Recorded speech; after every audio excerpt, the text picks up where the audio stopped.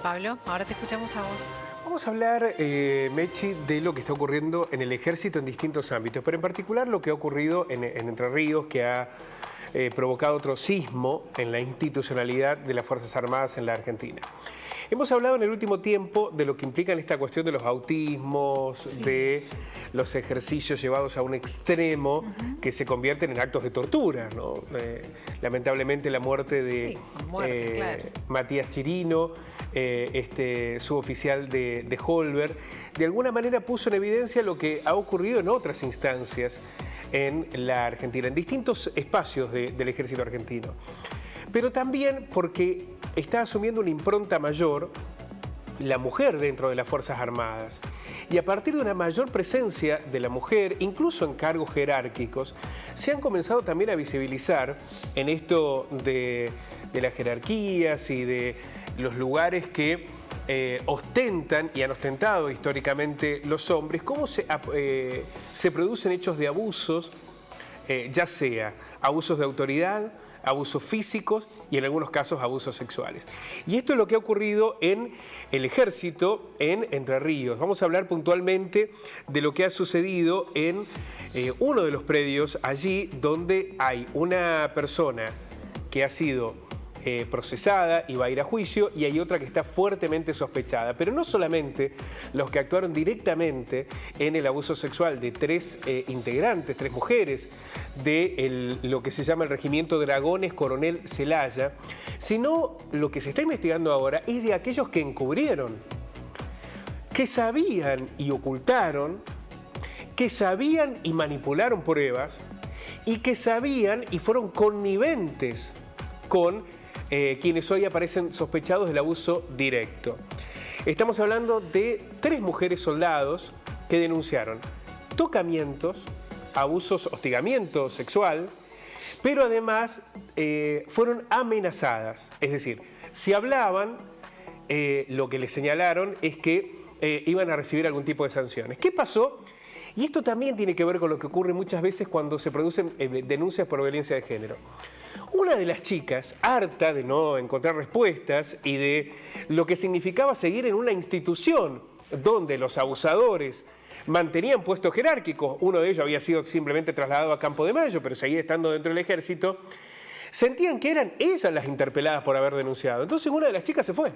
Dijo, bueno, esto evidentemente no es un lugar para mí. Es decir, el ejército, en lugar de contener, cuidar y permitir la continuidad de la carrera de aquellas personas que decidieron estar en ese lugar, no. Buscó la manera, por lo menos con alguno de sus integrantes, de salvaguardar la situación de los que eran denunciados a una costa de la continuidad de las propias víctimas. Hay un comunicado del ejército sobre lo que ha ocurrido en Entre Ríos en el que dice, bueno, se actuó bajo protocolo. La persona que había sido denunciada fue derivada a otro lugar y comenzó la investigación. Esto parece muy poco. La derivación a otro lugar. Lo primero que uno se pregunta es, ¿qué hace el ejército con las víctimas? ¿Cómo las contiene? ¿Cómo las escucha? ¿Cómo les da cobertura? ¿Cómo les permite pensar que es posible que continúen en el ejército en otras condiciones y no en las que debieron soportar? ¿Se entiende lo que digo? El comunicado del ejército y el accionar del ejército habla de los acusados y no de las víctimas. Y aquí lo prioritario es cómo se las contiene las víctimas. Víctimas que en algunos casos se vieron, otros dijeron, no, en este lugar no estoy más. Si esta es la respuesta que me pueden dar, no estoy más. Bueno, las mujeres denunciaron a estas dos personas que tenían un cargo jerárquico, y esto está siendo investigado por el fiscal federal allí en Entre Ríos, Pedro Rebollo. Insistimos, el regimiento es Dragones Coronel Celaya. Ahora se ha incorporado una nueva acusación que es contra el jefe de este regimiento, que fue indagado por el juez federal. ¿De qué se lo acusa? De destruir pruebas. Y esta también es una reacción, ¿no? Destruir las pruebas que se habían recolectado, recopilado, después de las denuncias que habían formulado las chicas. Soldados, estamos hablando de mujeres que tienen entre 21 y 24 años, que fueron sometidas a esta manera que en algún punto quizás haya sido habitual. Y quizás muchas otras mujeres no se han animado a denunciar.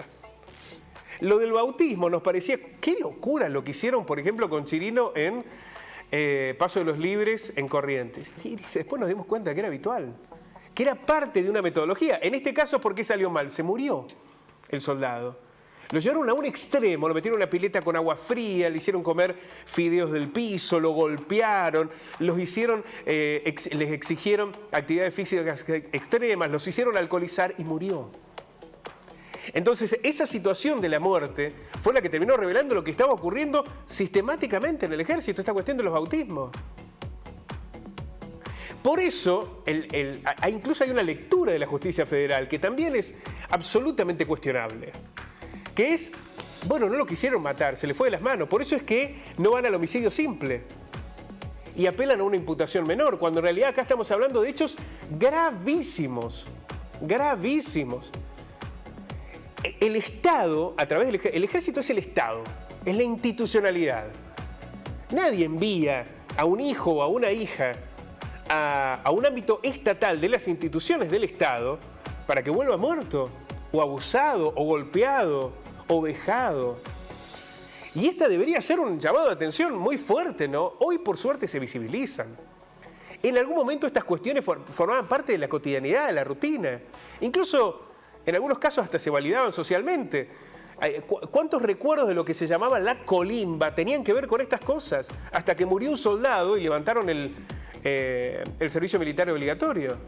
¿Por qué murió el soldado en Zapala? ¿Por qué murió Carrasco? Bueno, porque lo llevaron a un hostigamiento de las actividades físicas hasta que se murió. Esas conductas que uno presume desde la institucionalidad deberían ser un señal de alerta inmediato, de decir, esto no debe ocurrir, suceden. Aquí hay 3 mujeres que se animaron a denunciar. Una de ellas se tuvo que ir, porque la falta de respuestas tiene que ver con eso, la estigmatización, la empiezan a mirar de otro modo, no se sienten contenidas, no sienten que a quienes deben interpelar es a los abusadores y no a las víctimas. Y esto habla de la institucionalidad, ¿no? De que el problema es institucional. Bueno, esto forma parte, Meche, de lo que está ocurriendo allí en Entre Ríos, la investigación que se impulsa a través de la justicia federal allí y que ha provocado también este comunicado del ejército y la necesidad, obviamente, de que esto no suceda nunca más. Bueno, qué bueno que se empiece a hablar de esto, ¿no? Siempre tan oculto estuvo todo esto en la historia y ahora, bueno, que se visibilice, ¿no? Lástima a partir de muertes tiene que ser, pero bueno, que se hable, que se conozca. Efectivamente, de muertes o de situaciones como estas, ¿no? De mujeres que debieron soportar. Esto en la policía, por ejemplo, en las policías provinciales ocurría muchísimo tiempo. Las mujeres callaban porque eso implicaba que perdían el trabajo, eran estigmatizadas ellas, eran perseguidas. También sabemos que sucede en el ejército. Lo que pasa es que la incorporación de la mujer en el ejército, y sobre todo en lugares centrales y demás, es más reciente, puede tener 20, 30 años hacia atrás. Antes eran los hombres que los mandaban a la colimba, ¿no? Lo que ocurrió con Carrasco ha modificado esa lectura. La incorporación del soldado voluntario y demás tiene que ver con también la presencia de la mujer. Ahora, es evidente que hay prácticas que no se han erradicado y que siguen estando en esa cuestión jerárquica donde se presume que el que tiene un cargo jerárquico tiene como una apropiación sobre la vida de los otros. Y es ahí donde tiene que haber una institucionalidad que impida que esto ocurra. Bueno, es otra de las señales en rojo que nos deja la situación de las fuerzas de seguridad y las fuerzas armadas hoy en la Argentina. Muchas gracias. A ustedes.